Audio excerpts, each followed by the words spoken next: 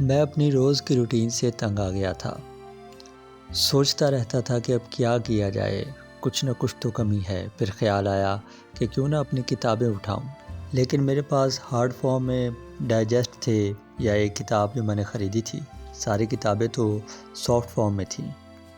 تصور خدا کے موضوع پر جو میرے پاس کتاب تھی، اس کو پڑھنے کے لیے ہمت نہیں ہو رہی تھی، تو میں نے ایک ڈائجسٹ اٹھایا اور وہ پڑھنا شروع کر دیا۔ مطالعہ نہ صرف یہ کہ میری بچپن کی عادت ہے، بلکہ مجھے یہ ویسے بھی بہت پسند ہے۔ مطالعہ سے میرے ذہن میں ایک آئیڈیا آیا اور میں نے ایک کہانی لکھی۔ یہ کہانی انتہائی شاندار اور لاجواب کہانی ہے، کیونکہ یہ کہانی میں نے جس کو بھی سنائی ہے اس کا منہ حیرت سے کھلا رہ گیا ہے۔ یہ کہانی ہے ہی اتنی دلچسپ۔ تو مطالعہ کرنے سے جہاں نئے نئے الفاظ ملتے ہیں، وہیں نئے نئے آئیڈیاز بھی جنم لیتے ہیں۔